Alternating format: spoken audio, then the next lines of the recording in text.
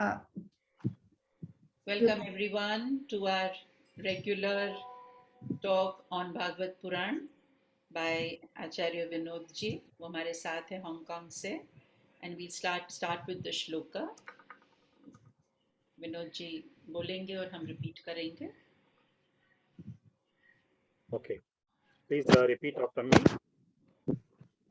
Narayanam Narayanam Namaskritya Namaskritya Naram Naram Naram Chaiva Chaiva Chaiva Narotamam Narotamam Narotamam Devim Devi Saraswatim Saraswati Saraswati Vyasam Vyasam Vyasam Tato Tato Jayam Jaya Jaya Udirayet. Udire Udire. So we offer our respectful obeisances. हम अपने प्रणाम अर्पण करते हैं सभी आचार्यों को, विशेषकर व्यास देव जी को, सरस्वती माता को, भागवतम के विषय में चर्चा करने के पहले। सरस्वती माता में हमारी वाणी की शक्ति बने और व्यास देव जी अपनी अनुकंपा हमारे पर बनाए रखे कि जो हम चर्चा कर रहे हैं उसके विषय में जो भी वचन हमारे मुख से निकले वो लोगों को सही अर्थ में समझ में आए. So last time we were talking about Shukdev Goswami. He arrived at the place at the bank of Ganges. And as I said, that Jiva Goswami said that actually it was Yamuna river, not Ganga. Because Yamuna is very close to Hastinapur, not Ganga.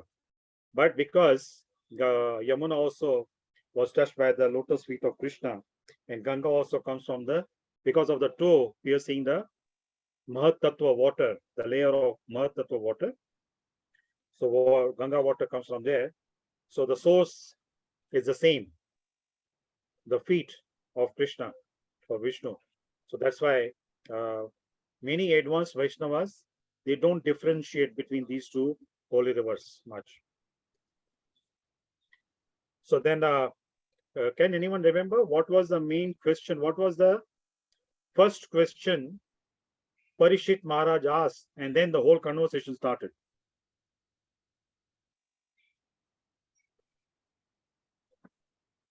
And this whole conversation was heard by Sutta Goswami. We discussed about Sutta Goswami also in the previous session. And then Sutta Goswami narrated that whole Bhagavatam Katha to the 88,000 sages led by Shaunaka Rishi. Correct? Is everybody clear about it? Yeah. Please response. Yes. Yes. We remember. Parikshit उन्होंने कहा था कि ये पूछा था कि किस तरह मैं और अन्य लोग मोक्ष को प्राप्त कर सकते हैं. हाँ, उन्होंने जो प्रश्न पूछा था, to be precise, what one should do when the person is about to die. Okay. तो उसने ऐसा नहीं पूछा था कि मैं क्या करूं या और लोग क्या कर सकते हैं. कोई भी व्यक्ति जो मृत्यु के दर पर हो, मृत्यु जिसके निकट हो, when the death is very close to anyone, what that person should do.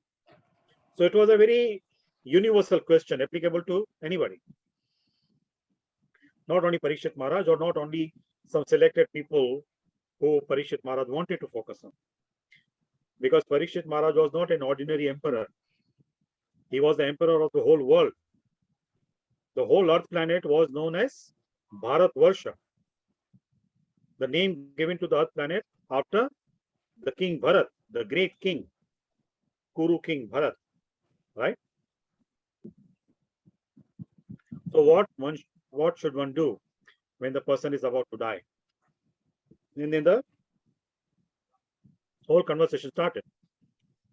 So Shukdev Goswami, before coming to the exact answer, giving exact answer to Parishit Maharaj, before that he mentioned some things about what normally human beings they do, what is their psychology what kind of conditioning they have. Mostly the human beings, they want to live comfortably in this material world. Correct? When they pray, generally our nature is like that, right? When we pray to God, we say that please give me this, give me that. And whatever we don't want, any problem is there, please remove that problem. Correct? So hardly anybody thinks about moksha when we pray. Only people who are really, really advanced, whose consciousness is really evolved, they are, in true sense, they are jagrut, awake. They are the sublime, the subtle consciousness is awoken. Such people only desire to get moksha, liberation. Otherwise, people, they want to live here comfortably. This is the reason in one of the sessions I mentioned that demigods, devatas, literally they are standing in a queue to take birth on the earth planet in the human form. Because devatas, they cannot desire to get liberation. We talked about it. Can anyone share, if someone remembers? What is the reason that demigods, devatas, they don't desire for moksha?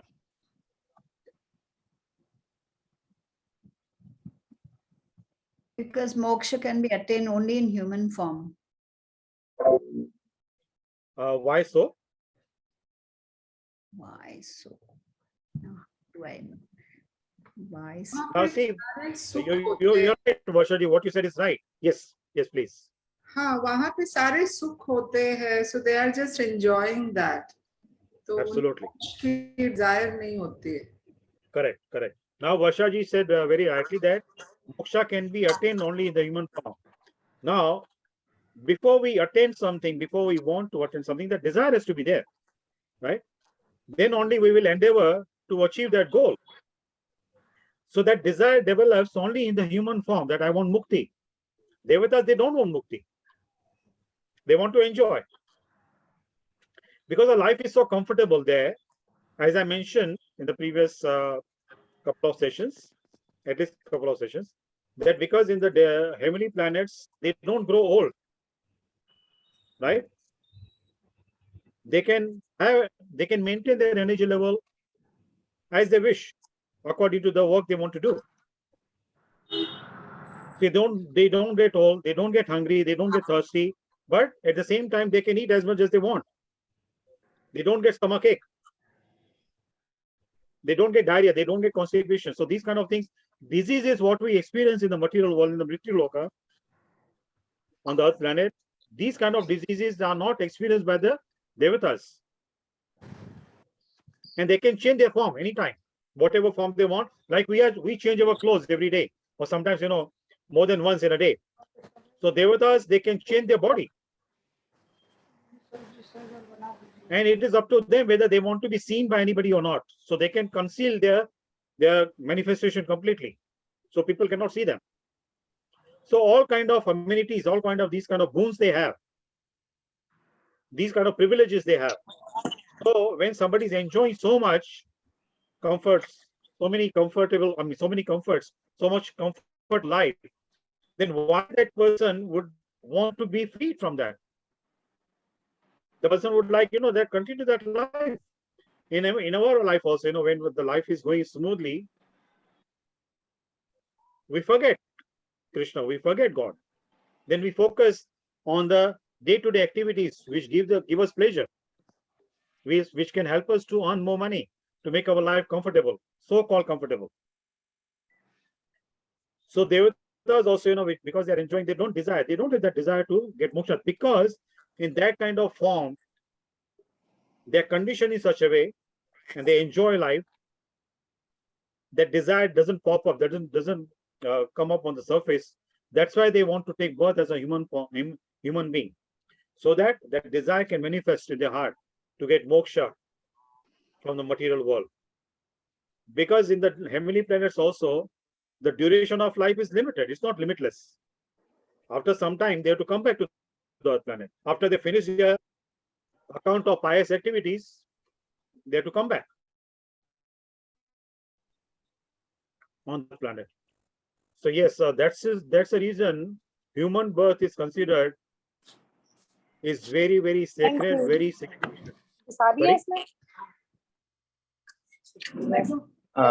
Prabhuji, Ah, sir, can I ask something? sure, yes. Pardon me for my ignorance, but just wanted to check कि मोक्ष लगता कैसा दिखता है मोक्ष? And anybody in the human form who would have experienced it, can we talk to him? Now see, these kind of things, very good question you asked, Sanjeev ji. Sanjeev ji, right? हाँ जी sir. हाँ, देखिए ये जो अभी मैं आपको एक उदाहरण देता हूँ, practical example I give you. Are you based in India? Mumbai, yeah. Mumbai. Now I am based in Hong Kong. Ji.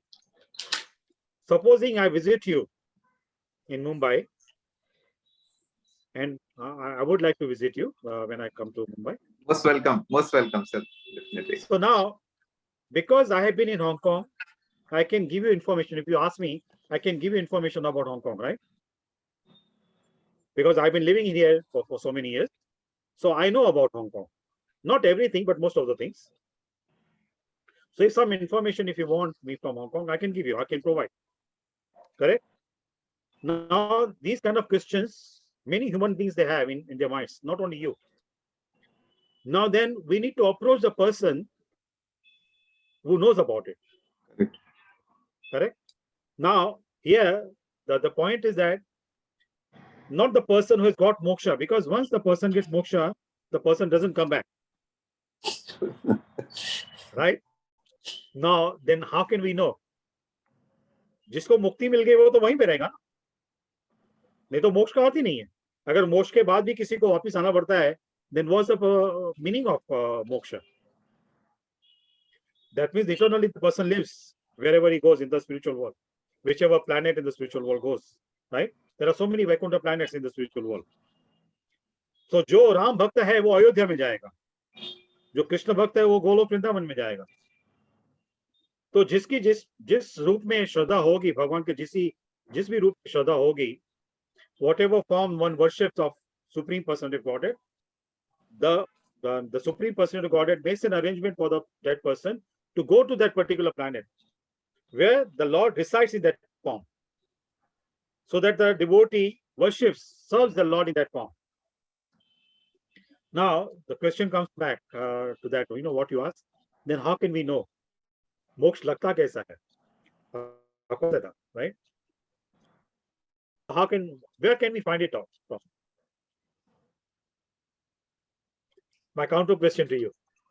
No, seriously, I've been struggling to get this answer, and because what is happening, Prabhuji, Abhi Traptima has taught us this past life regression, and when we do this past life and then we take people into those sessions, every time people see something or else, their Kul Devi, Devta, the God, goddesses, they see it, the different souls they see it. Yes. And so I get sometimes confused that, okay, what is all this? So if the gods are also there, they are available, we can see their souls. So then beyond that also, so there's something which Krishna talks about is the moksha, right? Supreme part of it. So I get confused about it. So I'm just trying to get some clarity to answer those questions people ask me. I welcome your question. I think some of the participants, they also may have this similar question in their mind. Now, the answer to what question, counter question I ask you, because if the person gets moksha, the person will not come back here to explain to us, how he feels, right? Correct. So then we need to get the answers from the scriptures which are compiled by Vyasadeva. Now the sages, their consciousness is so refined and so deep, they can go there and see what kind of that spiritual world is. And that description Vyasadeva is given. Vyasadeva has given description of Vaikuntha planet in the 3rd canto, तीसरे स्कंद भागवतम में पूरा वर्णन दिया है, विष्णु लोक कैसे है, उसके अलग अलग द्वार कैसे हैं. So now, with regard to specifically regarding moksha, very briefly I will touch this. When it comes to that point, we can discuss in more detail. There are different types of moksha. Now, Soloka Mukti. That means the person can go and stay in the loka of the Lord, where the Lord resides. जैसे विष्णु लोक में जाते हैं लोग, तो वहां पे जाके विष्णु के दास बन जाते हैं, विष्णु के सेवक बन जाते हैं. स्वरूपीय मुक्ति, तो उनको भगवान विष्णु जैसा स्वरूप मिलता है, चतुर्भुज. So Bhagwan Vishnu is not a demigod, or so he is considered as supreme. No, he's not a demigod. He's not a demigod. He's a supreme. He's supreme. Okay. Fair enough. Demigods जो 33 प्रकार के, जो 33 कोटि देवता हैं, वो 33 अलग अलग प्रकार के हैं, विभिन्न प्रकार के डेमिगॉड. अब इसमें भी जो है वो 33 करोड़ नहीं है, कुछ लोग बोलते हैं 33 करोड़ है देवी देवता. हाँ, वो तो 33, ठीक है. हाँ, तो उनके जो जिस प्रकार से उनका कार्य है, उस प्रकार से उनका वर्गीकरण किया गया है. They are categorized according to that. Categories. 33 categories. 33 categories of demigods. Right? So Vishnu is supreme. Okay. Krishna is supreme. Correct? So, and some people, they seek for the moksha only from the material world. They want to merge into Brahma Jyoti. So Krishna allows these kind of living beings to get that kind of moksha. Merge into Brahma Jyoti. जैसे कहते हैं ना, ज्योत में ज्योत मिल गई, उसमें लीन हो गए. But what happens in that kind of moksha? Because that moksha is impersonal. उसमें व्यक्ति से आदान प्रदान नहीं होता है हमारे विचारों का. We cannot interact with anybody. And the basic characteristic feature of our spirit soul, our constitutional character is we like to interact with others. We like to speak to someone, we like to hear someone. Right? संसार में कहते हैं सबसे जो अधिक पीड़ादायक जो दंड होता है, वो है किसी को अकेला छोड़ दो. True. आज की डेट में तो बहुत मुश्किल है. अभी जो like you said Sanjeev ji, it's very true. अभी देखिए हमारा जो हमारे डिवाइसेस है, मोबाइल फोन, यदि कुछ मिनटों के लिए, कुछ क्षणों के लिए हमारे से अलग होता है, पता नहीं क्या हो गया हमारे साथ. हाँ, हम कितने व्याकुल हो जाते हैं. We look lost. Yeah. We have become dependent on these devices. So the point is that loneliness. Now to stay alone is okay, but feeling of loneliness can be very killing. एकांत में रहना ठीक है, लेकिन अकेलेपन का अनुभूति होना वो पीड़ादायक है. There's a difference between that, right? To stay alone is fine. If the person is meditating and has Krishna's mercy, can think about Krishna and all that, that person can be happy alone. But loneliness can be very problematic, very miserable. So ब्रह्म ज्योति में ऐसा होता है. ब्रह्म ज्योति में जो हमारा आध्यात्मिक जो स्वभाव है वो व्यक्त नहीं होता है. Our constitutional position does not manifest. So then, after staying in that Brahma Jyoti also millions and millions of years, the living beings feel frustrated.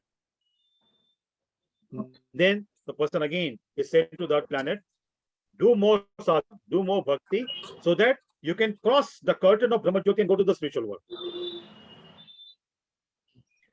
ब्रह्म ज्योति क्या है? किसी को पता है ब्रह्म ज्योति क्या है?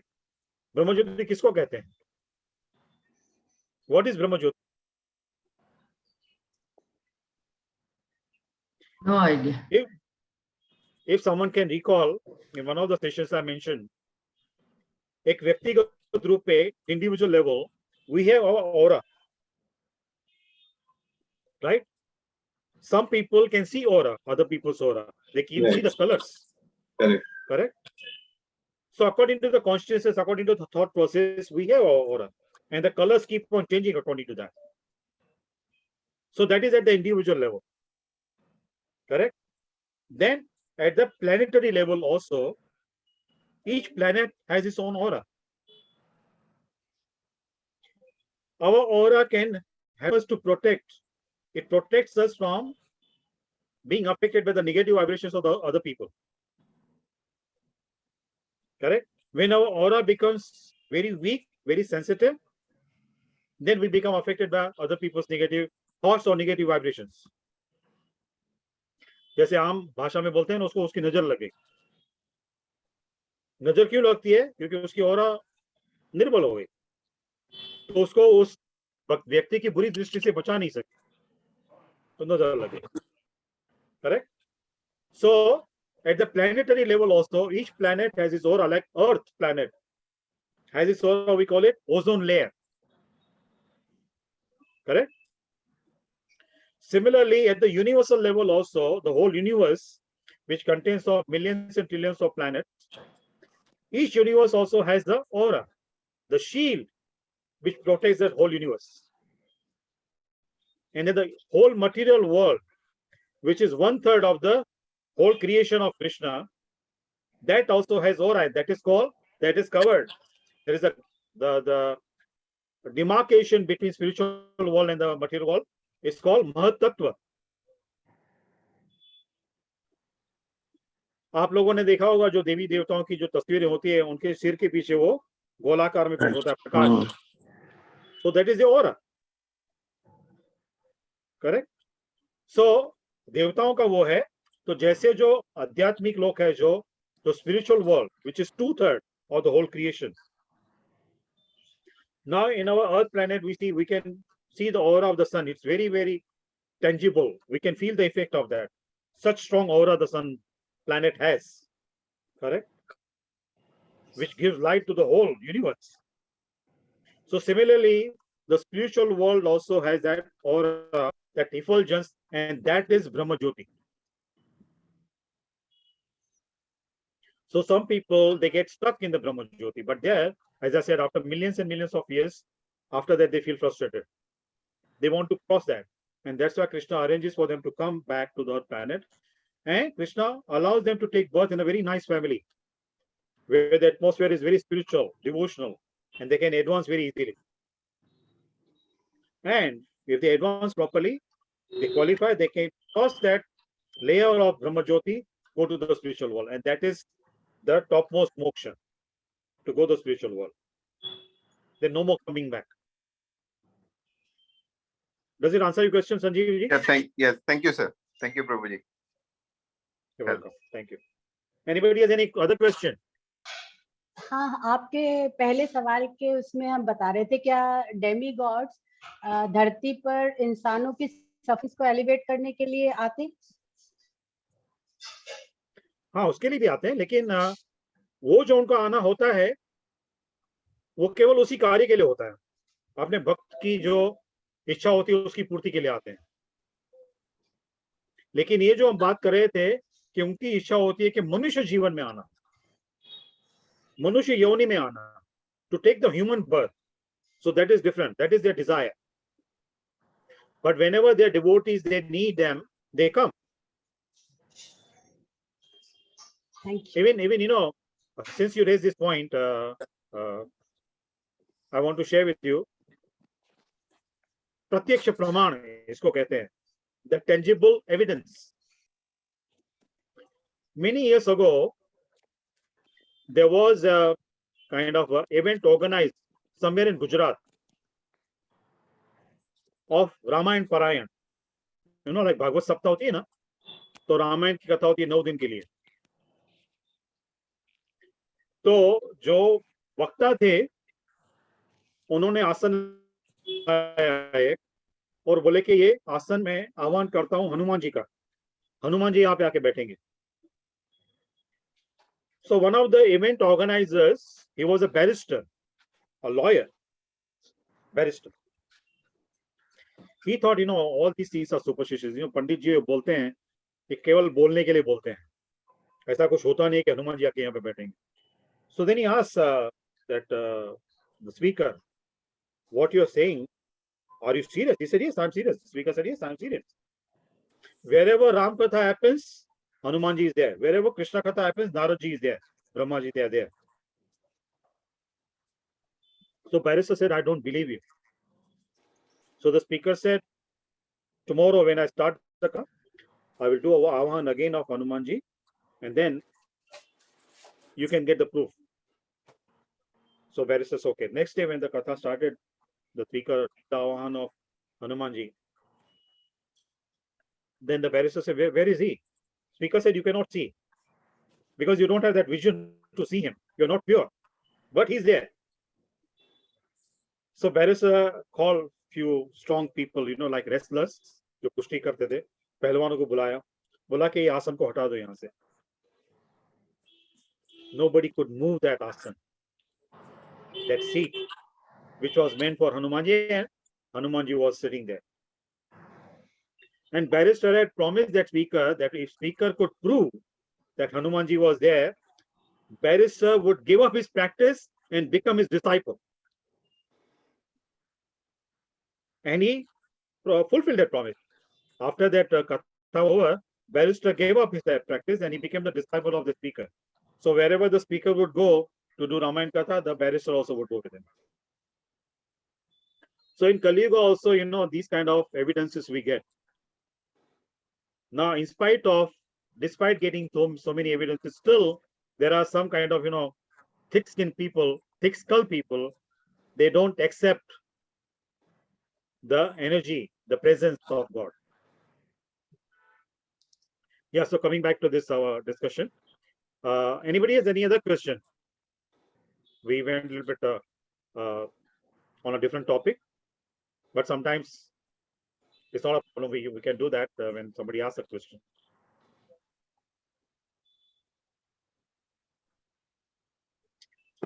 Okay, so we continue. So Shukadev Goswami, first he gave the explanation very briefly about the human psychology. The human beings, because he told Parikshit Maharaj, it is not easy for human beings to ponder over this kind of question, this kind of subject, because everybody is trying to enjoy in this material world. And people who have some miserable situation, they say, हमें इसमें से मुक्ति चाहिए. Now, mukti word has become so commonly used, अभी हमारे ऊपर कोई संकट है तो हमें संकट में से मुक्ति चाहिए. हमें ये नहीं पता चलता है कि ये संकट में से मुक्ति मिलेगी तो दूसरा संकट खड़ा है हमारे लिए. So there is no end to that kind of chain reaction. So ultimate moksha is that we do not need to come back, and we do not have to face any kind of miserable situation here in the material world. So Shukdev Goswami told Parikshit Maharaj that human psychology is such, they want to enjoy in this material world. Only people who are advanced, who are jnanis, they would focus on doing devotional service, rendering devotional service to the Supreme Personality of Godhead and get out of this material world. I had shared with you one example. Like, once one president, a president of one country, he went to visit a prison house. And before that, he told the prisoner, the jailer, I mean the superintendent, not prisoner, superintendent, to announce to all the prisoners that president is coming today, and whatever you ask from him, he will fulfill your wish. So when president arrived there, so different prisoners were, asking different things. Oh, my room is small. I want a bigger room. I want a proper mattress. I cannot sleep on the hard floor. I want an air conditioner, something like that. And at the end, one prisoner, he asked the president. He told him that, I heard that the announcement was made that whatever we ask you, you will give. President says, yes. Can you guess what the prisoner asked? I want to be free. Mukti. Absolutely. Free. Absolutely. Free from the prison. Correct. So that prisoner, he said, I want to be free from this. So like that, very seldom there are some human beings who want to be freed from this material world. Punarati jananam, punarati maranam, punarati janani jatari sharanam. वो जठराग्नि के पास है, वो गर्भाशय, उसमें हम तपते रहते हैं जब भी गर्भ में आते हैं तो. So then Shukadeva Goswami started telling him, now before bringing up the topics of Krishna, particular Krishna, he discussed so many interesting topics with Parikshit Maharaj. And this is what it is said by Vaishnavas, when we start reading Bhagavatam, we need to start from the first canto, first and second canto, like the feet of Krishna. Always, whenever we go to have darshan of any deities, any person's deities, any demigod's deity also, जब भी दर्शन करने जाते हैं, we should start looking at the deity from the feet of the deity, then move upwards. और जब भी अभिषेक भी करते हैं किसी भी विग्रह का, तो चरणों से करते हैं. First we put the liquid on the feet of the deity and then we move upwards. So that's the reason Shukadeva Goswami first discussed about different limbs of the Supreme Personal Godhead, and then he came to the 10th canto, which is considered as the chest region, the heart region of Krishna. Before winning anybody's heart, we need to serve the person, right? When we serve the person, we help the person, then only we can win the heart of the person. So that's the proper sequence, a proper kind of systematic reading is recommended by Vaishnavas, how one should read Bhagavatam. Don't jump to the 10th canto, जहाँ पे भगवान कृष्ण की रास लीलाओं का वर्णन किया गया है. If we don't understand different incarnations, different activities, of course we generally cannot understand completely, but some kind of sense we should have about the Supreme Personality of Godhead. Then only we can relish his pastimes, his leelas with gopis. Otherwise, we may misunderstand. And if we misunderstand, we may commit some offenses, unforgivable offenses. So we need to be very mindful about it. Then he started talking about, first he said about the human beings, the psychology and all that. When they come to the material world, they want to enjoy.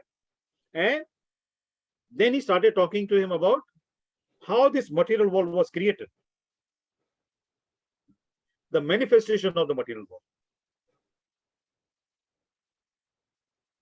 Now, who created this material world? We talk about universe. Brahmaji.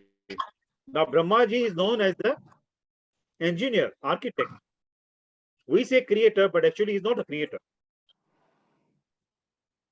Brahmaji also is created by Vishnu, right? Swayambhu, उनकी नाभि में से जो कमल निकला था, उसमें फिर ब्रह्माजी उत्पन्न हुए थे. Correct? So Brahmaji is not the original creator, he is an engineer. Now engineer, architect means what?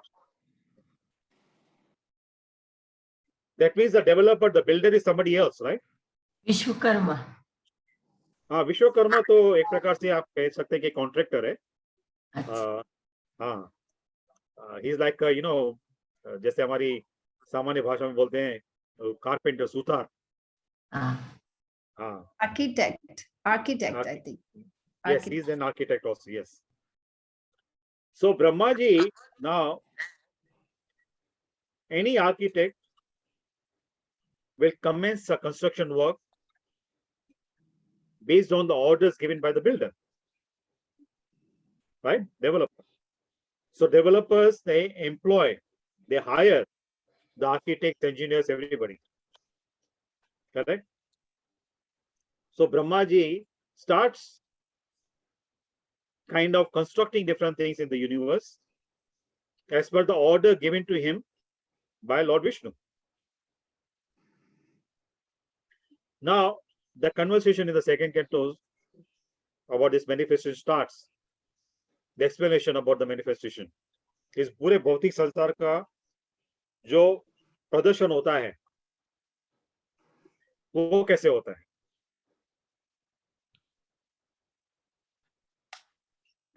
Narad मुनि ब्रह्मा जी के पास गए. Narad Muni visited Brahma, Lord Brahma, and Brahma is Narad Muni's father. Narad Muni already knew that his father is not the original creator. And that's why he put forward this question to Lord Brahma.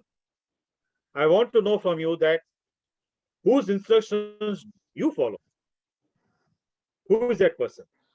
Now, for your information, Narad Muni already knew about it. Because he's a Vishnu Bhakta, right? He's the eternal Bhakta, devotee of Lord Vishnu. He already knew. But for the sake of our knowledge, for our information, he asked this question. And this whole conversation between Lord Brahma and Lord and Narada Muni, that whole conversation was narrated to Parikshit Maharaj by Shukadeva Goswami. And later on by Suta Goswami to 88,000 sages headed by Shaunaka Rishi. And because it was compiled in the written form, we are discussing today. Correct? So then Lord Brahma told Narada Muni that he got the instructions from the Supreme Person, Lord Vishnu, and he meditates on Lord Vishnu's Virat Swarup. And by meditating on the Virat Swarup of Lord Vishnu, he gets the idea, he gets the energy, he gets the intelligence to create different planets in the universe. And to set them up in such a way, to arrange them in such a way that they don't clash with each other. They repel each other and they maintain the balance in the orbit. They are revolving. Each planet revolves around its own axis and it revolves around the sun planet. Right? Everybody agrees with that? Yes, yes.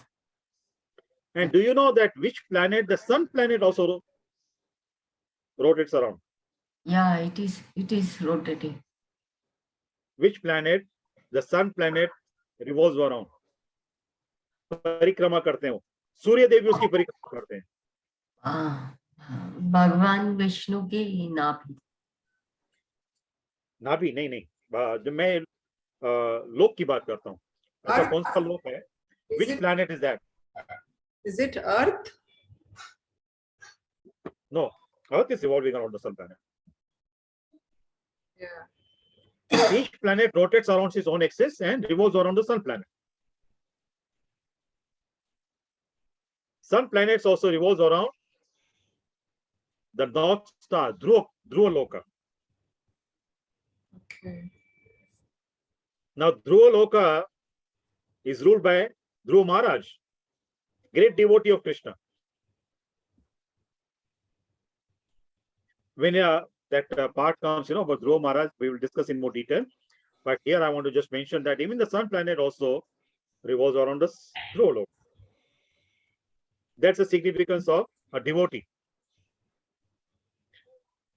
So, Shukadeva Goswami is explaining to him about talking to Parikshit Maharaj about the conversation between Lord Brahma and Narada Muni. Now, Brahma tells Narada Muni. Please. Sorry? May I ask a question, please? Yeah, please go ahead. Yeah. Bhaktivinoda Prabhu, here, what surprises me? See, Narada Muni being the son of Lord Brahma, but he could see Narayan. He could have darshan every time, anytime. Yes. But Lord Brahma, he could only meditate and hear, but he never saw the Lord. Yes. That's a bit, contradiction and surprising. Yes. See, being a devotee means so strong, person can always even see the Lord. But Lord Brahma, his father, still, that's a bit, being a devotee's father, pure devotee's father, he didn't yet get the qualification. Can you please explain on this? Yeah, see, very interesting point you raised, Yogita Radha Mataji. Now, this shows, there are so many numerous examples in this regard. What Yogita Radha Mataji raised the point. Even, you talk about Hiranyakashipu, Hiranyaksha. Hiranyakashipu's son, Prahlad Maharaj. Hiranyakashipu himself was serious of Lord Vishnu. And Prahlad Maharaj was a great devotee. Now, to protect Prahlad Maharaj, Nrsimhadev came. Nrsimhadev actually came to protect his devotee, Prahlad Maharaj. killing Hiranyakashipu was a secondary thing, secondary reason. So in our Vedic culture, you will see that the father's qualification may be less than his son's qualification, and vice versa also. But normally, if the son's qualification is less, it is acceptable. But when we see that son's qualification is more than father's qualification, then we have to scratch our head. Now, how it can be possible? But it is possible in our Sanatana Dharma, in our Vedic culture. It's like that. So Narada Muni also, though he was Brahma's son in this lifetime, but before that, we talked about his previous lives also.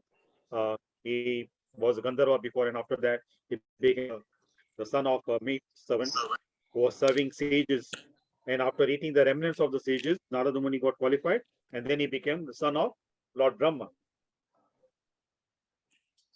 Now, Lord Brahma, this is actually in a way we say that arrangement made by Lord Krishna to show us that qualification does not depend on biological age.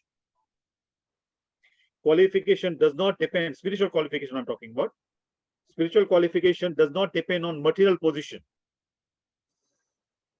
It is not that, that somebody is president, that person will be spiritually more advanced than the citizens. It is supposed to be like that, but unfortunately in Kali Yuga, it's not like that.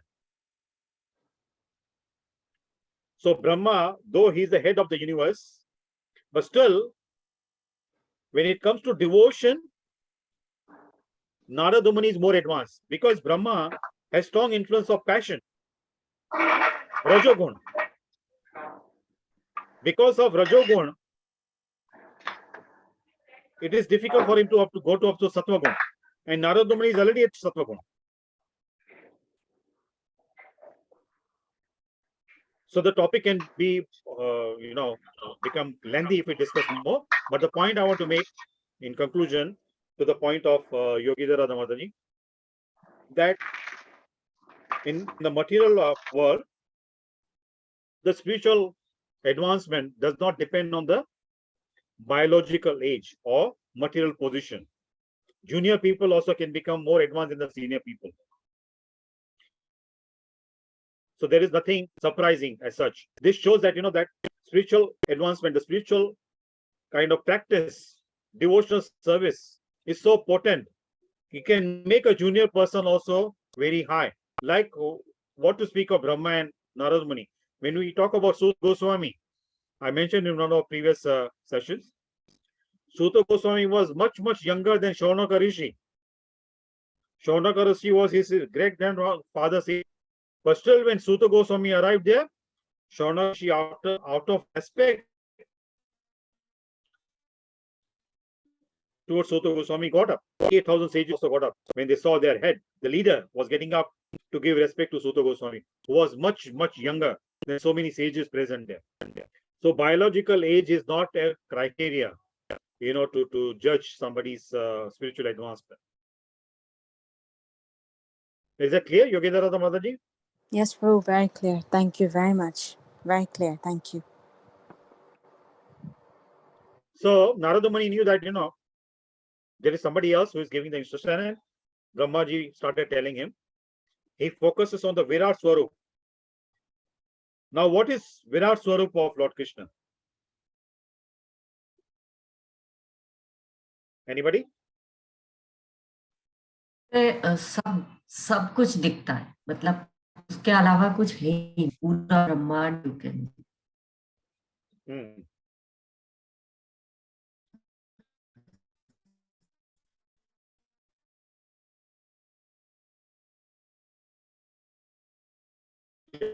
से उदाहरण विराट स्वरूप का वर्णन है 10वें chapter में भी आता है, 10वें अध्याय में भी, और 11वें अध्याय में तो पूरा विस्तार से है भगवान का विराट स्वरूप। उसमें हर एक को बताया है, मतलब कोई भी ऐसा कोई प्राणी नहीं है, कोई भी जीव नहीं है, कोई भी ऐसी चीज ही नहीं है जो विराट स्वरूप में नहीं।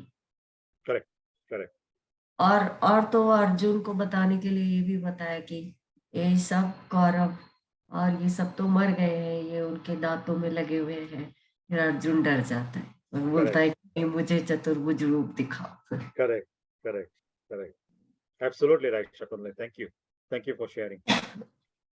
तो विराट स्वरूप का यदि हम विस्तार करेंगे तो समय लगेगा, लेकिन जैसे शकुंतला संक्षेप में बताया कि it includes everything. Whatever we see in the material world, everything is there in the Virat Swarup.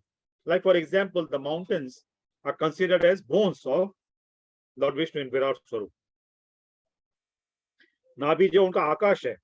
So इस प्रकार से अलग अलग जो तत्व हैं, different elements, different objects in the universe, in the creation, those everything, all objects and all elements, they are included in the Virat Swarup. Now, Brahma ji के मन में इच्छा कैसी उत्पन्न हुई? How that desire came manifested in Brahmaji's heart that he should take the different planets in the universe.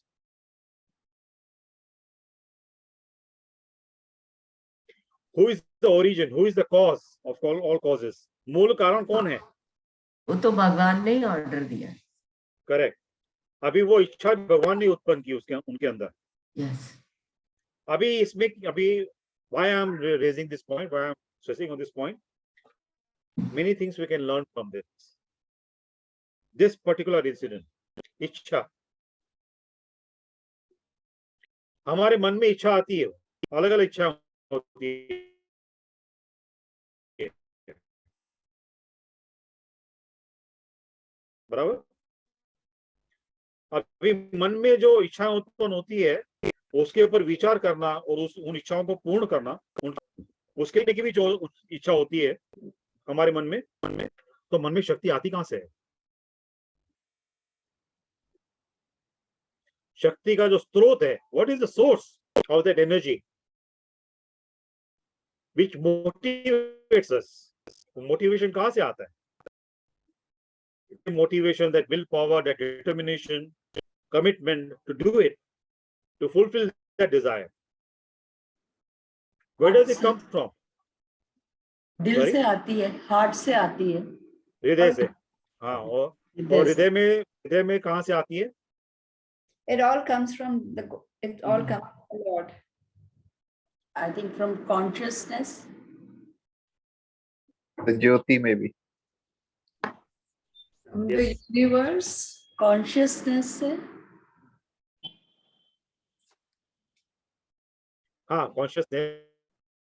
So whatever you said, everybody, you're right, in a way. अभी हृदय की आपने बात की, वो शक्ति हृदय में से आती है. हृदय में से क्यों आती है? Because Why does it come from the heart? Because the Lord resides in the heart. Yes. हृदय में Absolutely, Vasha ji, absolutely. Yes. अभी हृदय में और कौन वास करता है?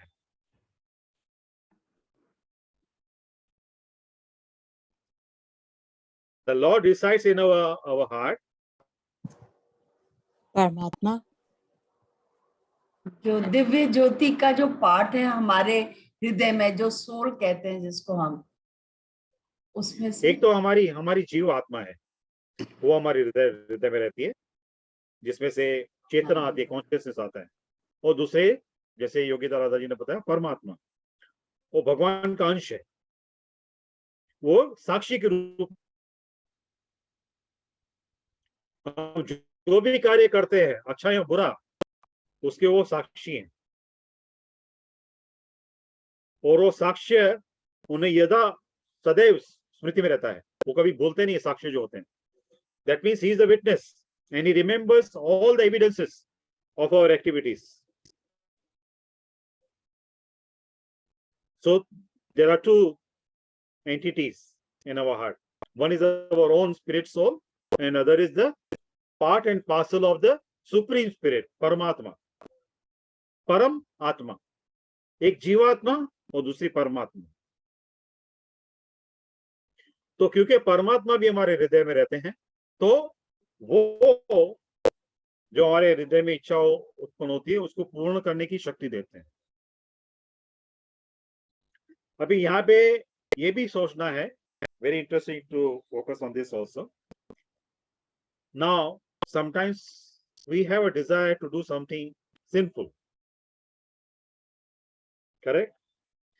Now, does it mean that if the main source is Krishna, Paramatma, so he is responsible for that desire of doing some sinful activity? No. We No? have a free will. We have a free will. He just gives us the power to, act. But we have a free will to make a choice, to discriminate between right and wrong. And we take that decision to do what is right or wrong.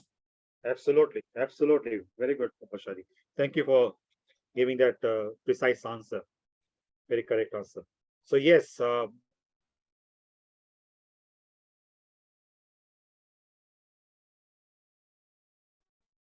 whatever way we want to use it. Now, practical example.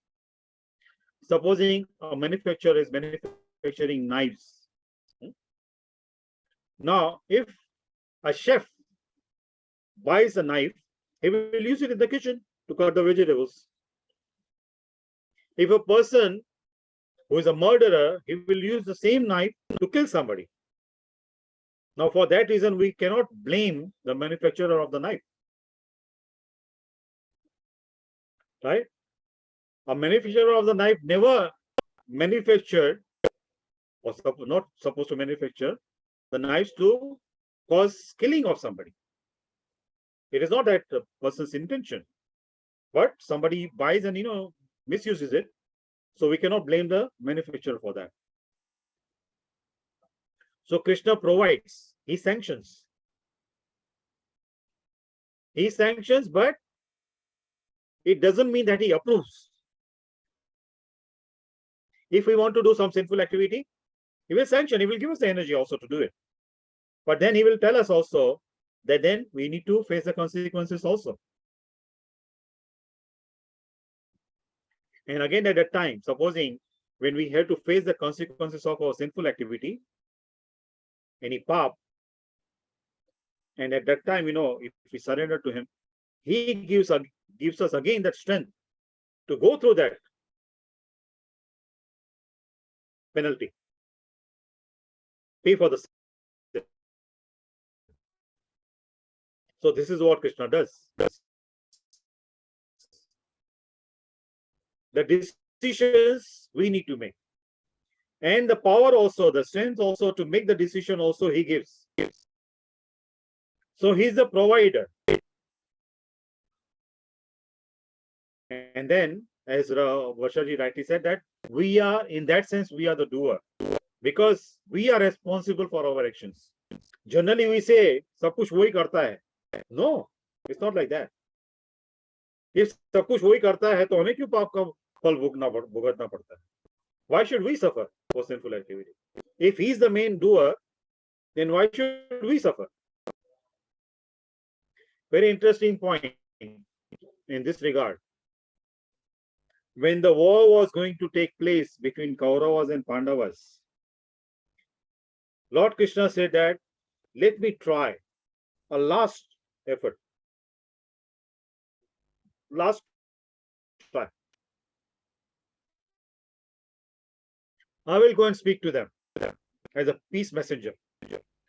So then that conversation was going on between Pandavas and Krishna. And Krishna said that the way the things are moving, it seems that war will take place. Because mainly Duryodhana is so stubborn, so adamant, he will not accept my proposal. Though I do not want the war to take place, but it seems the war will take place. Then Maharaj Yudhishthira asked him, very interesting question. He asked Krishna that, you are the supreme person, you are Bhagavan. If you do not desire, if you do not wish for the war to take place, then why? How can war take place? Krishna gave him very befitting reply, very appropriate reply. Krishna said that whatever is happening in this world does not happen according to my desire, because each individual has his own desire. I don't interfere. I don't intervene in living beings' desires, how they fulfill them. Then Maharaj Yudhishthira asked, can you clarify this point? He said, Krishna told him that I never desired that my sister Draupadi should be insulted in the court of Kauravas. But it happened. I did not desire you brothers to go to the forest. You are my devotees. But you have to go. 12 years of forest, 12 years in exile and 1 year incognito. Agyatwas. It was not my desire, but it happened. Now, of course, Pandavas, they did not have to go through because of their karma or something like that, because Krishna chose them to show to the rest of the world that how one has to pay for his karma. They had to go to the forest because Maharaj Yudhishthira lost everything in the dice game, because he was so much interested to gamble. Correct? So through Maharaj Yudhishthira's example, Krishna showed us that these kind of vices, these kind of bad activities, sinful activities are not good. Gambling is not good. Correct? So Krishna sanctions, but not necessarily approves each and everything, whatever is happening in the world. We are responsible, at the end of the day, we are responsible for our own karma. Now, to have proper consciousness, to have proper rationale, to make a proper decision in different situations, we need to pray to him. If we pray to him, then he will gives us sense. He will give us sense how to use our free will properly. If we use our free will properly, then our will, that means our future, will be good. Correct? Our will, that means our future, depends on our will, how we use it today. Our free will, how we use it today. That will decide our future. So for that reason, we always need to pray to him that he gives us proper intelligence, proper wisdom, so that we are able to use our free will properly. So coming back to this part, so Lord Brahma had that desire. Now, desire also depends what kind of mode of nature is influencing the desire. Now, Brahma is full of passion, mode of passion. Mainly he is in charge of passion, but he's influenced also by mode of passion. So because of that passion, that creation he wanted to have, he wanted to create different planets so that he can be called as a creator, head of the universe.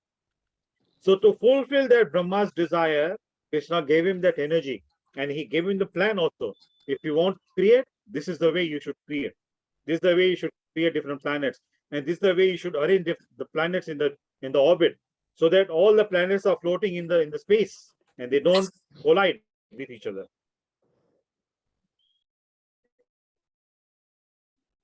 So Brahma is telling Narada Muni, but he said that when he focused on the Virat Swarup, he offered Purushashukta prayers to the Supreme Person. Now these prayers originally were chanted by Lord Brahma, and whenever any kind of calamity happens in Swargaloka, when demigods, they have to face any kind of miserable situation, they go to the shore of the ocean of milk, and they offer these Purushashukta prayers to Lord Vishnu to please him, to ask him for his favor, so that he can protect them from the demons. And then Lord Vishnu, he announces the celestial voice, Akashvani, happens. Whenever demigods, they ask for something, so then an announcement they hear. They cannot see. Even Lord Brahma also cannot see, like Yogita Radha Mataji said that. Even Lord Brahma also cannot see Narayan. the instructions appear in Lord Brahma's heart with the instructions from Lord Vishnu. Lord Brahma cannot see Narayan so easily. So Lord Brahma is telling Narada Muni that when he wanted to manifest, जब भी उसको उसकी उपज करनी थी, पूरी सृष्टि की रचना करनी थी, तो उन्होंने भगवान विष्णु के विराट स्वरूप का ध्यान किया. He meditated on that Virat स्वरूप of Lord Vishnu. Now here another interesting point is that Brahma is telling Narada Muni that I had to remanifest, reconstruct the whole universe. That means it was reconstructed before, and Lord Brahma had to reconstruct it. Now, can anyone tell me, can anyone share, if you can understand from this what I said? Reconstruction means the construction was already there, and some kind of demolition might have happened. That's why the person has to reconstruct. Correct? Yes or no? Yes. Yes. Yes. So what do you understand from this? Lord Brahma is telling Narada Muni that he started reconstructing, remanifesting.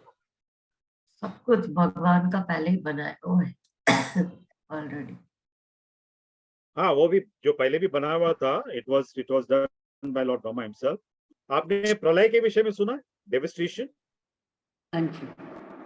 Dissolution. Dissolution, right? It's called Yes. creation and dissolution. You can say dissolution or devastation. Yes. Yes. Pralay. It's a cycle of creation and dissolution. Correct. Correct. Sorry. Your sound is not clear, Sanjeev ji.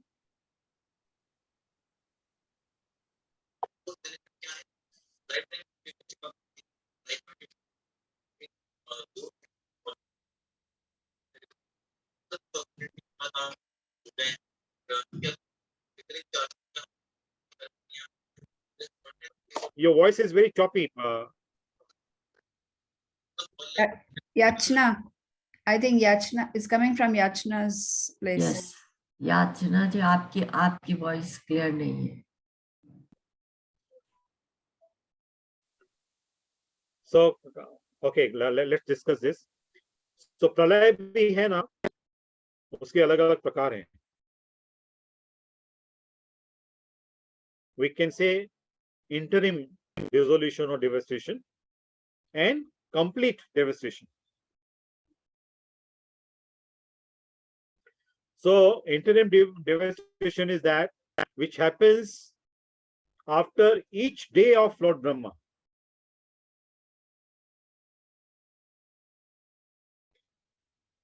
That means 12 hours of Lord Brahma. After 12 hours of Lord Brahma, for 12 hours, Lord Brahma goes to sleep. So when he goes to sleep, at that time, devastation happens. That is interim devastation. And complete devastation happens when Lord Brahma's life duration is completed, when he dies. Have you ever heard that Lord Brahma also dies? No? Nobody has heard that? अभी तो Brahma's life is 100 years, right? 100 years वो भी According to Brahma's calculation. हाँ. हमारे तो 100 years of कितनी Brahma's life. Yes, I was trying to find that. Yeah. Yeah, there is a calculation given in Bhagavad Gita also and Bhagavatam also. How many years, according to our human calculation, how many millions of years, trillions of years Lord Brahma lives. So Brahma also dies. जब भी उनकी अवधि पूरी होती है, his duration is over, he also has to give up his life. This is the reason when Hiranyaksha and Hiranyakashipu asked Lord Brahma mainly Hiranyakashipu asked him to make him immortal. उनको अजर अमर बना दे. तो Lord Brahma से कि मैं नहीं दे सकता हूँ वरदान, क्योंकि मैं स्वयं ही अजर अमर नहीं, अमरता को मैं प्राप्त नहीं कर सकता हूँ. लेकिन हमारे लिए है, क्योंकि because our duration of life is so limited, so insignificant compared to the duration of Lord Brahma. So for us, is immortal, right? So because Brahma said, I also have to, one day I also have to die. So if I am not immortal, I cannot make you immortal. So coming back to this point, devastation. So interim devastation and complete devastation. So this what Brahma was talking to Narad Muni about. It was after the interim devastation. When Brahma woke up next day, according to his time, at that time, Narad Muni asked him, and then Brahma started telling him that now I want to reconstruct everything. And that reconstruction also will happen according to the plan already jotted down by the Supreme Person.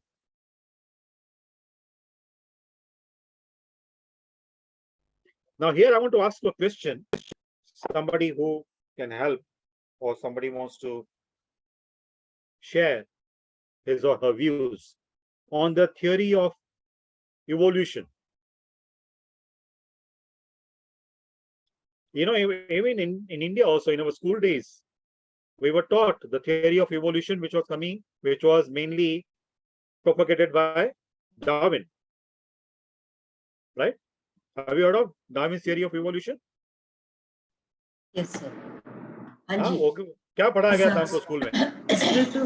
उसमें तो it is said कि हमारे ancestors ये monkeys है.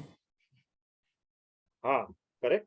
तो नहीं है, तो नहीं तो अभी तक सारे मंकीज खत्म हो जाने चाहिए थे ना. सही बात है ना. सो देखिए, ये जो अपने आप को साइंटिस्ट कहते हैं, वैज्ञानिक कहते हैं, इतनी सी भी उनमें बुद्धि नहीं है. यहाँ तो उन पे जो विश्वास करते हैं, उनकी भी इतनी बुद्धि नहीं चलती. अगर इवॉल्वमेंट होती है, अगर उन्नति होती है, प्रगति होती है, तो पहला जो एक प्रकार से आकार है वो निकल जाना चाहिए ना. ऐसा नहीं होता है. तो ब्रह्मा जी ने कितनी योनियां बनाई? 8.4 million species. Correct. 8.4 million species of life. Now, see, I want to share with you here. Some time ago, this kind of WhatsApp chat group, I'm part of one group. On that, this topic was discussed. How many of you have heard about, this message also was very viral. Now I'm bringing this up because it's very relevant to what we are discussing now. This message became very viral about, Dasha Avatar, 10 incarnations. पहले उनका कुर्मा मत्स्य अवतार हुआ, मत्स्य अवतार के बाद कुर्मा अवतार हुआ, correct.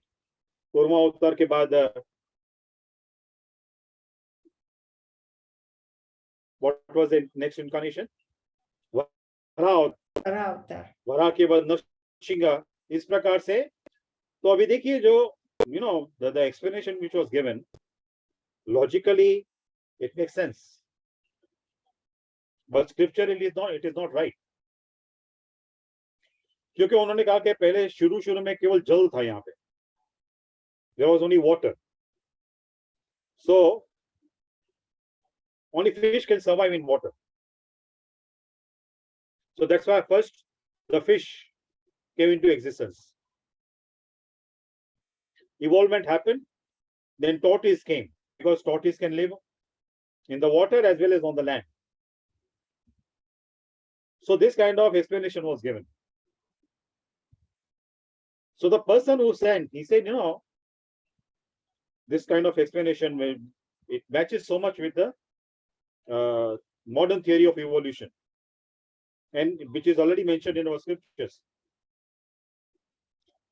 So I asked a question in that group. I said, Matsya Avatar, when it happened, if you know the incident, the king, I think Satyavrat king, he saw a small fish in a river. So he felt very compassionate towards that fish. He was going to throw that fish again. That fish spoke to him that, please don't throw me again in this water. Can you give me shelter in your palace? So the king, he said, such a small fish, not a problem. So he brought the fish to his palace and he put the fish in a big pot. The size of the fish increased. That pot became very small for that fish. Then he created a pond. Then from the pond, a big lake like that. The fish started increasing the size. Then his ego got smashed. King said that, no, I am not capable of giving you proper space, proper shelter for you to live. You have defeated me. My ego is gone completely. I thought I can give shelter to anybody because I am the emperor of the whole earth planet. Then the fish said, I am the supreme person. And after a certain number of days, the devastation will take place. So I want you to, I will send you a boat and I will drive that boat. You can put the rope of that boat around my horn, something horn. Fish had that. And then I will take you around in that whole water of the pralay, devastation. And you collect all the essential herbs and the seeds of the food grain, plants, fruits, everything. And put those things on the boat. Big boat, like a ship. And you also invite the 7 sages who can give you discourses on different Vedic subjects. So now, if the fish was the first living being, a creature created because there was water, how come the king was there? How come the sages were there already? Sages were in the human form. King was in the human form. And the Lord told him to collect all the seeds of all the plants and everything. That means the vegetation also was there already. So vegetation is meant not only for human beings, for the other animals also.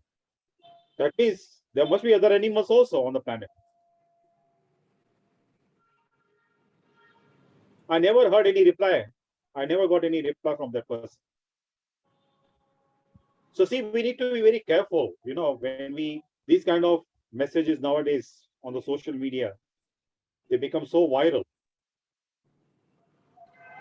And sometimes jokingly, I comment on such messages. I say that in Dwapar Yuga, there was one Vyasadeva. In Kali Yuga, there are so many, numerous Vyasadevs. They come up with their own theories. So we need to be very mindful, very careful about these kind of, should not believe in these kind of viral messages. Though, as I said, in the beginning, logically, they may sound very nice. They can appeal to our intelligence also. They can bewilder our mind. But they will have polluting effect on our consciousness because they are not authentic. They are not coming from the scriptures. They are somebody's mental speculation. And Kali Yuga is very well known for speculation, mental speculation. So coming back to this part, the devastation. So Brahmaji told him that he got the inspiration, he got the message, he got the instruction from the Supreme Person, his master, to reconstruct, to re-manifest all the planets in the universe and 8.4 million species of life. Now, 8.4 million species of life, Brahmaji told Narada Muni, and he had to re-manifest them. That means they were existing before also. On the previous day of Lord Brahma, they were existing. So during the pralaya time, during the devastation time, interim devastation time, where do all these living beings go? Where do they go? Krishna में विलीन होते हैं सब. Even Veda Purana सारे ब्रह्मा शिव सब ये सब कृष्ण में विलीन हो जाते हैं. कृष्ण में, विष्णु में. Very right. थोड़ा उसको और विस्तारित करेंगे. If you can elaborate this point, Varshali. You're right. Whatever you said is right. Can you elaborate it more, please? जिस भी अवस्था में होते हैं वो, in that same like they just get merged अपने अंदर Krishna. I mean, I don't know how to put it in words. उनमें ही विलीन हो जाते हैं. And after this, when the remanifestation as such happens, they just appear again the way it was as it is before. Yes. See, it is said that. Thank you, Varshali, for sharing. You're right. What you said. It is said that. Yachna, not me. Oh, It was sorry. Yachna. Because the voice sounds Yes. similar. Yes, Yeah. Nadi. You're right, yes, Nadi, what you said. Yes, no, Yachna. It's Yachna. Right? Yachna. Yeah. So yeah, Yachna, what you said is absolutely right. So it is said that, Lord Vishnu also, there are three categories. Mahavishnu, or we can say Karanadaksha Vishnu, who lies on the Mahatattva, water of Mahatattva. That is Karanadaksha Vishnu. Second one is Garbhodaksha Vishnu, which enters into each universe and into the heart of each individual, each living being. All 8.4 million species of life. In everybody's heart, that Paramatma is there. And Shirodaksha Vishnu, जो शीर सागर पे लेटे रहते हैं, श्वेतद्वीप में. So that is Shirodaksha Vishnu. So जो महाविष्णु है, कारणदक्ष विष्णु है, सब जीव आत्माएं जो हैं उनके गर्भ में चली जाती हैं. Now see the interesting point it is mentioned. They go into the womb of Mahavishnu. Now if we speak like that, because Mahavishnu is a Purush Tattva, right? Purusha. How can a Purusha has a womb?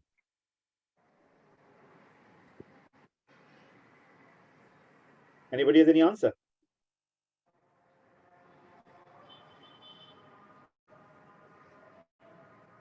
If we talk like this, to limit it, all these are absurd. It's not possible.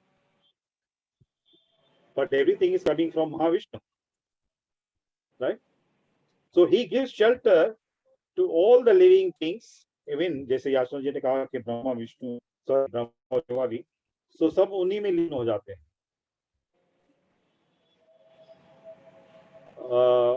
Bhagavatam में एक कथा है एक राजा की. There was a king.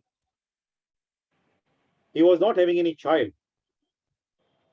So he approached some sages. Sages said that they will do yagna, and as a result of the yagna, the prasad, after the yagna they will give him prasad, and when the queens take that prasad, they can conceive. So when the yagna was over, in the middle of the night, the king felt thirsty. So he got up and he went to the yagna haveli, that area where the yagna was done. He saw one pot, in that water was there. So he drank that water because he was thirsty. So next morning, the sages, when they saw the pot was empty, they were surprised. Then they asked the king, we had kept this water that was a prasad from the yagna, and we were going to give this to your queen, your wife, but this pot is empty. So king said, actually, in the middle of the night, I felt thirsty, so I found the water in this pot, so I drank it. So the sages said that the water was so potent. Now, because of the effect of the water, you'll become pregnant. And the king became pregnant.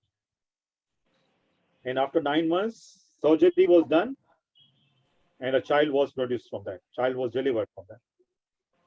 So this incident is mentioned in the Bhagavatam. Now, to be honest with you, And who was the child? I need to refer to that campaign. I will check that and I will get back to you. I will send you the message. So when what I was going to share, that when I used to read in my young days, I said, how can it be possible?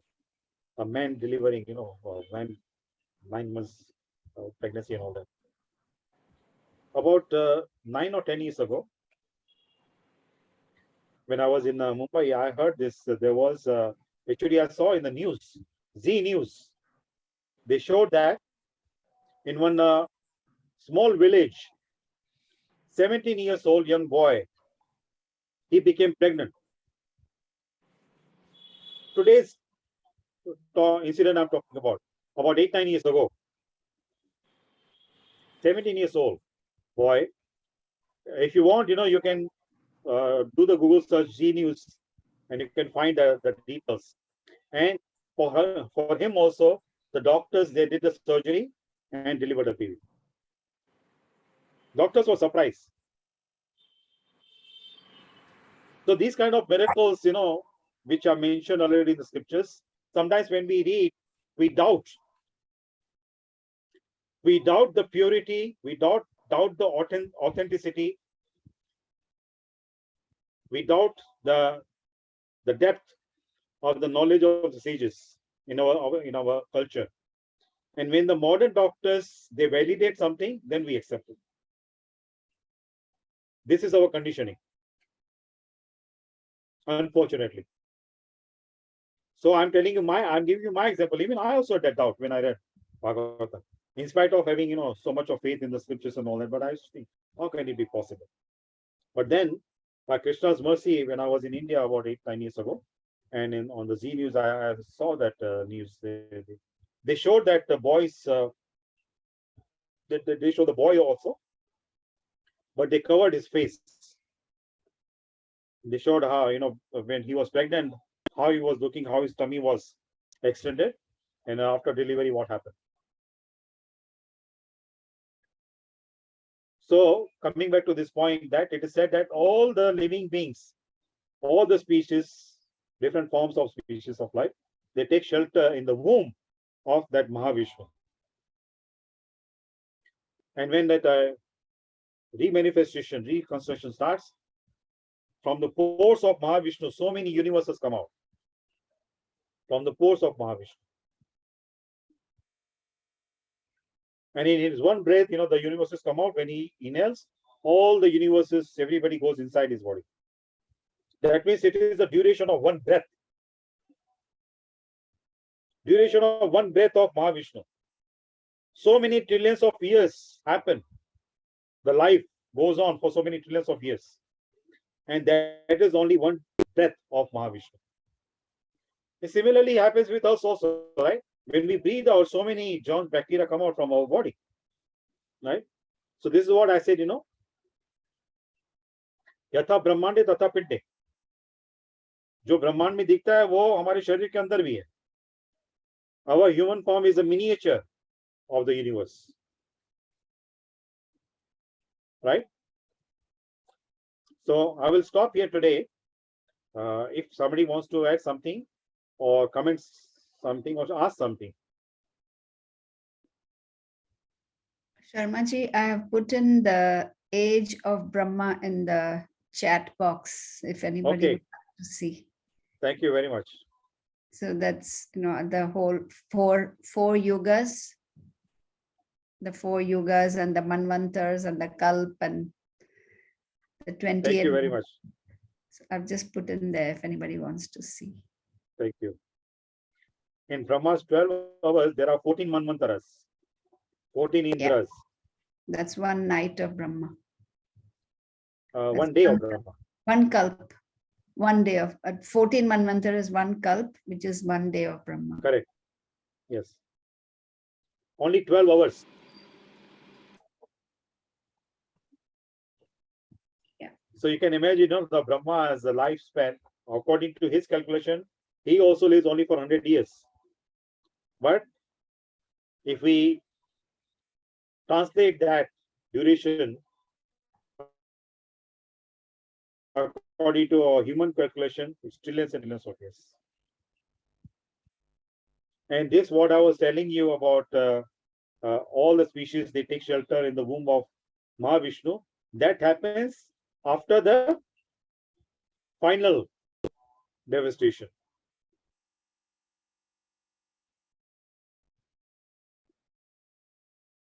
Thank you very much, Vashadi, for sharing that information. Okay, so we have something to show to everybody. Shakuntala is going to play it. A surprise for everyone. Surprise. Oh, thank you. Okay. Oh, Shakuntala, you can play the music. It's down there in the first slide. okay. हाँ, Okay. Oh, Click we कर, can. click it. Man, I have to share it again for that. No, just click. उस पर click करना. Ma'am मेरे को sound भी तो करना होगा ना. हाँ, ओके ओके, शेयर करते हैं. हाँ.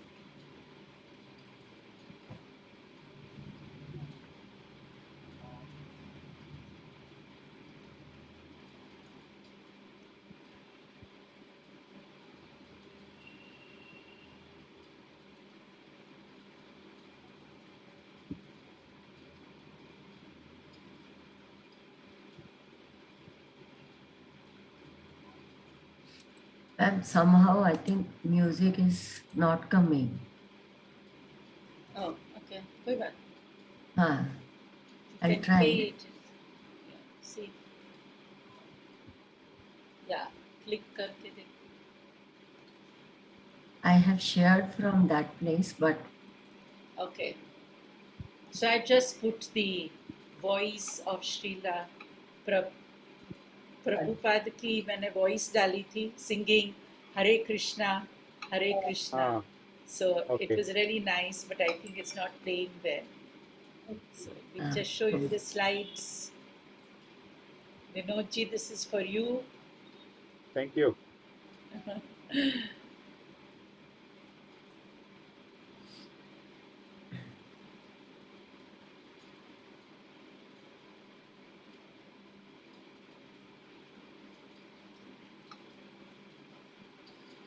पूरा मन लगा के पूजा अर्चना चल Beautiful. रही है.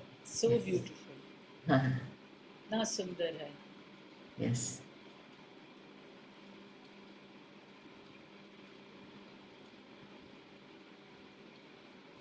Wow. Beautiful है. The decoration is so amazing. I know.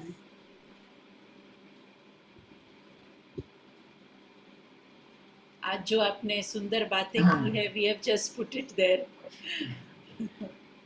That is so creative. Oh my God, that is so quick. This is Trapti ma'am. I would have decided this. I don't know, I can't remember. Wow. Wow. Really nice, beautiful. Hare Krishna. Hare Krishna. Very nice, beautiful. Thank you very much. Very nice. Thank you so much. That's such a sweet thing that you've all done to put this together. So thoughtful of you and so sweet and so nicely done. Thank you so much, everyone involved. Thank you. Thank you so much. हमारे लिए इतना कुछ किया जा रहा है Vinod ji. Every alternate Thursday comes, talks, shares.